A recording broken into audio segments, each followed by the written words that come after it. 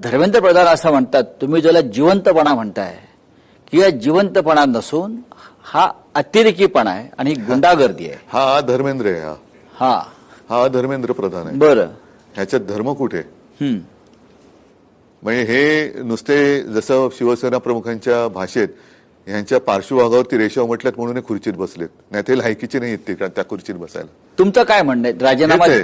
राजीनामा नाही ही धर्मेंद्रनी द्यावा की नरेंद्रनी द्यावा? सगळे द्र आहेत त्या सगळ्या द्रनी द्यावा. अच्छा, कारण ते द्र जे आहेत ते जनतेशी द्रोह करतायत. त्याच्यामुळे देशाला दारिद्र्य येऊ नये एवढीच इच्छा आहे, माझी अपेक्षा आहे. उद्धवजी, हे 12 वर्ष सरकार राज्य करत आहे, 12 वर्ष, आणि 12 वर्ष जनता एका दबावाखाली किंवा एका अंधभक्तीखाली या देशात जगत राहिली. 12 वर्षात हे जे काल तुम्ही चित्र पाहिलं जंतर मंतर आणि देशामध्ये, हे चित्र कधीच दिसलं नव्हतं.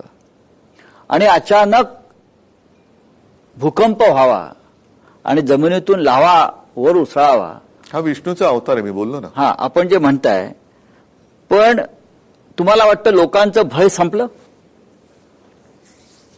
की जनता झोपली होती? नाही, लोकशाही झोपली होती. बघा, मी तुम्हाला सांगतो की हे राज्यकर्ते निर्दयी आहेत पण जनता दयाळू आहे. आणि म्हणून जे आपण म्हणतो ना की जनतेची स्मरणशक्ती ही काय शॉर्ट असते, तसं नाहीये.